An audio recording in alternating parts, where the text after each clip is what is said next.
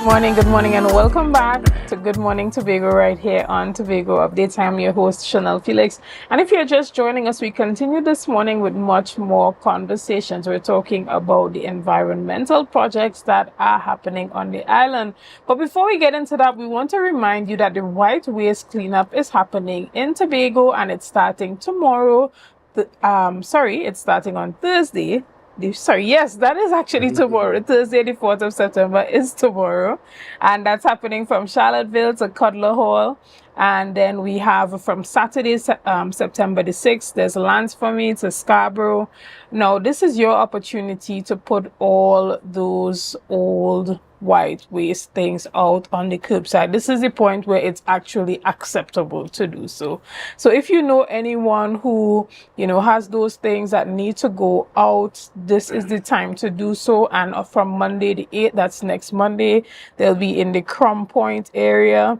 That's Crum Point to Lower Scarborough, Shilvan, Plymouth, Bethel, Buku, all those areas on that side, Wim, Maris Hill, Canby, Mount Pleasant, Spring Garden, you name it, they would be tackled from next week, Monday. So that would not include construction materials or trees at all.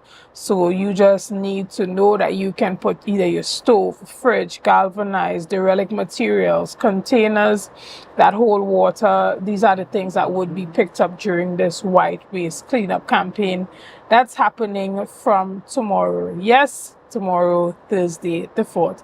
Guys, this morning we have the privilege of chatting in studio this morning with Assistant Secretary in the Office of the Chief Secretary, Assemblyman Sonny. Craig, good morning and welcome. And joining him this morning, we have Mr. Linford Beckles, who is the Director of the Department of the Environment, also under the Office of the Chief Secretary. Good morning, gentlemen, and welcome. Good morning. Now, there's a lot happening in Tobago. We just spoke a bit about that white waste cleanup campaign, but there's more that's happening. Tell us about that. Well, we are about to embark on a much delayed program of moving derelict vehicles from the road. Sorry I didn't extend greetings to the entire viewing public. Yeah, we are trying to cleanse the roadways of derelict cars. These are a pestilence happening in our space, where it impedes the ability of drivers to make maximum use of the roadway. It's a conversation we began actually years now, and we just at the threshold of beginning to actually pick up the vehicles and take them to a predetermined storage area. Right. I'm glad that you said that, because we've had this conversation several times about the cleanup of derelict vehicles. So is this only now actually being implemented and actually being started? Okay. The removal of derelict vehicles from the public space, and indeed some private spaces, is an activity that has been ongoing for a while. What the Assistant Secretary is really referring to is essentially a coordinated ramping up of that particular initiative, and as part of that initiative, there's going to be a dedicated storage area for these vehicles. That is something that we did not have before. That storage area was allocated to us by the Department of Land Management in the Office of the Chief Secretary in the Studley Park area. It's one of those offshoots of the Caledonia Road, which is really the road leading up to the Studley Park landfill. The area has been prepared, and the area is now ready to receive some of those vehicles. In preparation for this ramping up, we did a survey across the island, and one of the things that we'd have identified 312 derelict vehicles and so on to be removed from the public space. So when we initially made the announcement, we were already looking at removing about 312 of them. Through moral suasion, advocacy, and so on, some of the owners of those vehicles would have removed them from the public space. So essentially, we will be dealing with about 20% less of those vehicles to be removed from the public space. Right, and we think that this is something that is going to result in an improvement in environmental quality, We are collaborating with the division responsible for public health, and we are also collaborating with the Trinidad and Tobago Police Service in effecting this particular effort. Excellent. And, even as you now have a dedicated storage area, is it possible for persons who are interested, or those scrap iron dealers, to come to you and get permission to remove those derelict vehicles to be able to trade the parts from them? Or tell us about that aspect of it, the economic side of it. Right. Well, that's a very good question, and I'm happy that you asked about it. Earlier this year, I believe it might have been in February or March, we started a conversation with those people in the scrap metal industry. They also have an association with the national body, and members of that body came to Tobago along with the local representatives, and we did start having a conversation about many things, including providing dedicated storage spaces and so on for that kind of activity. With respect to the use of the vehicles that we may pick up and so on, a lot of that is actually governed by legislation, and that legislation is actually found in the public health ordinance. One of the things that we'll have to ensure is that we get the requisite permission and so on from the people to dispose of the property, because you can't just take people's property and dispose of it like that. There's a provision in the legislation which allows you to dispose of the property as you see fit, if the property is not claimed within a particular period of time. Okay, before we go forward, let's talk about that. Let's talk about that period of time and claiming, because we may be having this campaign and we go around and we see these vehicles have been there for a prolonged period and we're ready to move them. But what is the time frame between giving that notice, and does this public notification stand as that type of notice?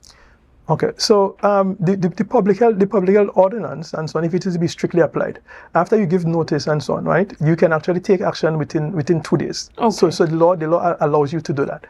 But in addition to that, there is a prescribed form, that you can give to the owners of these vehicles and so on, so that they can give you permission to remove it immediately and so on, right? And that is one of the instruments that we will be relying very, very heavily on, because we don't expect that there's going to be significant contention and the program is going to be defined by antagonism. As a matter of fact, the majority of people really want help in removing these old vehicles from the public space. But I want to pivot back to the association with the scrap metal people. One of the things that we plan to do and so on is, as far as is legally permissible, we want to make these old vehicles available to them for recycling purposes, and of course they will make some income from it and so on. But we also plan to execute a training program for a lot of these dealers. Many people would believe that it is just about taking off a door, taking off fenders and so on, right? But there's a lot to really scrapping a vehicle in an environmentally responsible manner, because you have elements with mercury and all other kind of substances and so on. So we want to run a training program for them to show them how to safely remove these elements and so on, how these elements can be stored, and give them guidance as to where they can actually deposit them and so on. There are specific organizations that you can send particular elements to and so on. So we want to run a comprehensive program and so on to involve them meaningfully in the program, so that we in the general public could benefit, but they as practitioners can also benefit economically from the process. I'm very happy to hear that, and I'm sure that the Scrap Metal Dealers Association is even more happy to hear that they are being included in this initiative. So I'm guessing you would send that notification for training to the association, so they know and they can pass it on to their members. Mr. Craig, tell us about some of the other initiatives that we can see being rolled out as the year comes to an end. The young people online are calling this, the greatest period ever of productivity. This September to December, they're calling it the great lock-in, where everybody's locking in their goals and, trying to accomplish everything that they set out to accomplish at the beginning of the year now. So is it that now we're seeing a lot of the projects at the Department of the Environment being rolled out during this time? I think it just might be that the process has taken its time, and this is the time for rollout.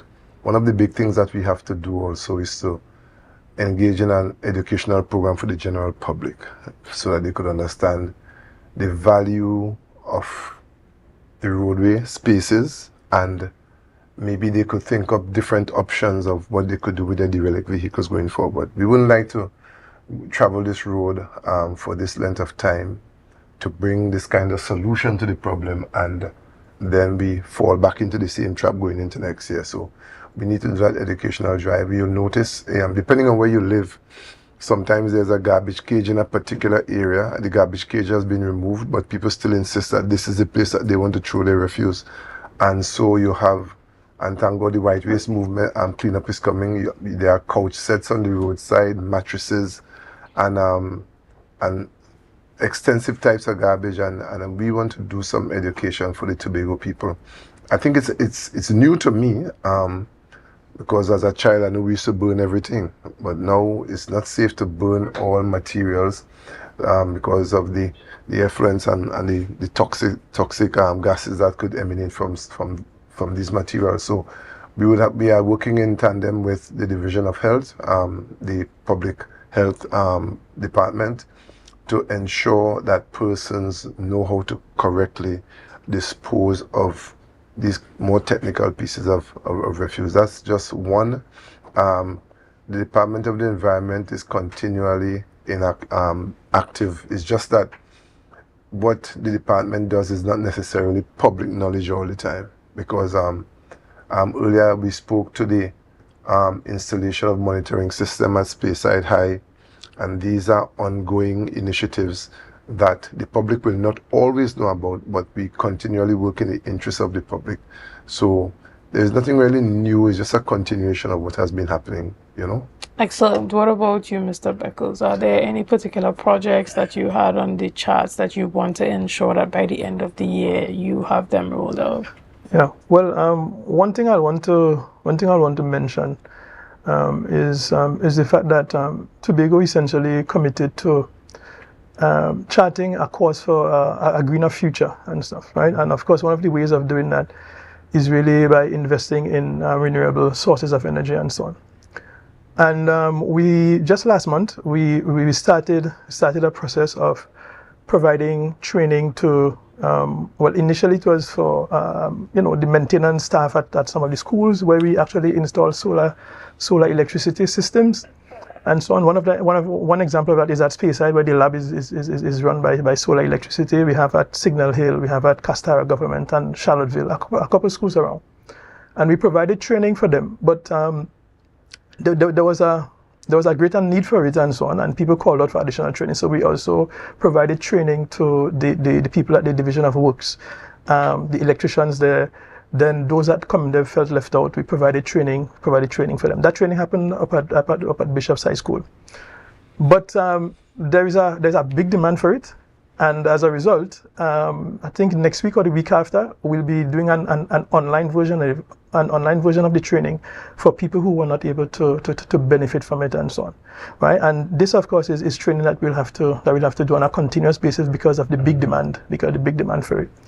Associated with that, right? One of the things that we'll be doing before the year ends and so on is to provide training for construction people, architects, and so on. We'll be associating with the Green Building Council of Trinidad and Tobago to do that and so on, right? So it's really about having very efficient designs and so on. That would provide for things like what they call passive cooling, which is really to construct in such a way that you have a cool house without necessarily needing air conditioning units and those kind of things and so on, right? So we'll be doing that in tandem with them. I have not heard you mention the Division of Settlements, and they are responsible for building public housing. Well, right. So the division of settlements, yes, they're actually responsible for that and stuff, right? But they are actually involved in a more higher order level because they do have electricians within their cadre of workers. Okay. So the training is specifically for the electricians. Okay. But the engagement with the division of settlement, so on, would be more in terms of constructing houses and so on, and putting in from the start solar electricity systems, providing for water harvesting mechanisms and so on to be installed in the houses, that kind of thing. So it's a kind of higher order, more policy, a more policy I understand. So oriented. at settlements, will be more of putting it into the RFP than actually training staff and Understood. so on. And it will be remiss of me if I don't remember, because if I don't mention it, because it's coming up, and probably we could talk about it again. But we have the. This is nothing new, obviously, but we have the international coastal cleanup that we host annually. It's coming up on the 20th and the 21st of this month September. On the 20th, we're having it at Speyside, Roxborough, Bacalet, Lambeau, Corland, and there's one other beach that I forgot, but it's 6 areas and so on. But the information is out. And on Sunday, we'll be having it at Sandy Point and at Sandy Point and Kilgreen. And if you're wondering why we have different days, we're providing for people like Brother Sonny Craig and so on, who's a Seventh-day Adventist, so he could participate on Sunday as opposed to Saturdays. Okay, and how can the public be a part of this cleanup? Right, so we already put out quite a bit of information through the information department at the office of the Chief Secretary. If you are interested in participating, you can contact our department, particularly Mrs. Dixel Makoni Jones, and Mr. Savita Mutu. You can use the numbers 684-8448. If I could. Go ahead. On Sunday, Monday, the action group at Boko moved into Boko Beach, which is a beach which is trending mostly around the southwestern part of Tobago. And we moved out 3 small trucks of waste from in there. And I just thought this is a fitting place for us to put a plug for Tobagonians to return to some kind of consciousness about your environment and how clean you leave your spaces. While we were working, one of the visitors asked, where could we put our garbage? And we directed them because they saw the effort and were determined not to continue this negative practice. Along our roadways, as I mentioned earlier, we have these pockets where people just throw things. In back roads where they think nobody is seeing you drive through, you could see somebody throw something from a moving vehicle. I want to encourage the people who live on this island to be more conscious and be more respectful of the island and of each other's right to a clean space. It is really one of the things that could hamper our tourism product. If people, every time they come to Tobago, you've seen a toilet bowl on the side of the road, a mattress, a fridge. I think these occurrences are really, really negative, and I think we should discourage it in the strongest possible way. Some persons are suggesting we put up mock cameras and so on. I just hope we could just resort to just basic. One of the first songs I learned in my life is Bits of Paper. You know that song? Totally understood. Yeah, and from primary school we are taught to put the garbage in the bin. And as adults we are taught, if you don't see a bin, keep it on you until you get to a bin. So I think the island is suffering for this small group of people. And I hope and pray that we could really take stock of ourselves and try to arrest this behavior. It is so unnecessary and backward. Yeah, so I just had to put a plug for that as we hear this morning. Excellent. Well, we want to thank you so much for your time this morning and coming to represent the environment and all that you guys have been doing. And, congratulations on all the work that you are doing. There is that thrust towards ensuring that policy and new projects are in alignment with the sustainability goals, particularly environmental sustainability. And you guys have been doing the work to ensure that the work within the THA aligns with that overall goal. And I'm going to ask you, gentlemen, both, before we wrap up this morning, is there anything that you want to say or anything that you possibly, forgot this morning that you want to ensure that Tobagonians definitely know before we close? I think my last pitch says what I was hoping to get that in before we leave, about people being more responsible and showing a love and care for the island and how you deal with your everyday refuse and so on. So I think that's where my concern would definitely be. Tobagonians, people who live on this island, the former administration, the former chief secretary, once you described us as clean, green and safe and serene. Right, and I think that's a nice mantra, and I think that we should seek to keep the island clean, right? And that would be my parting word for this morning. Yeah. Well, I don't think that I have anything more to add, and so on. I think that the Assistant Secretary could said it very, very well. And if at all I were to add anything, right, and so I'm just going to paraphrase something that he said, and he normally says it to us, save the environment and save yourself. I love that. Guys, well, that brings us to the end of this morning's discussion. I want to thank these two lovely gentlemen for coming in this morning and letting us know, particularly just a reminder that there is that white waste cleanup campaign that's happening from tomorrow. That is tomorrow. That is the 4th of September. That's happening, and it's starting from Charlottesville to Cutler Hall.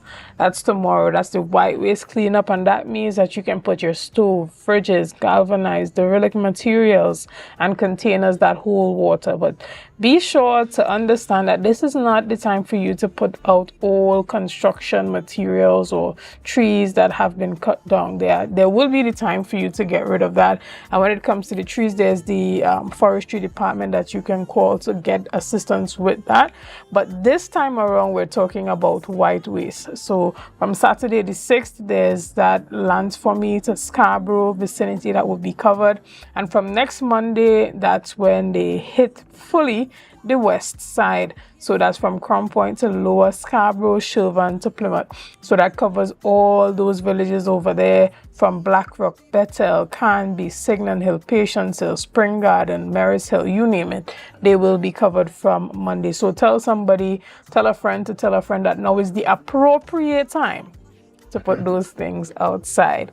Guys, again, we want to thank you so much for being a part of this morning's discussions. Thank you for your likes, your shares, and your comments, and all that you have been doing and continue to do to make Tobago Updates the #1 broadcaster here on the island of Tobago. Again, I am Shenell Felix, and have a great day.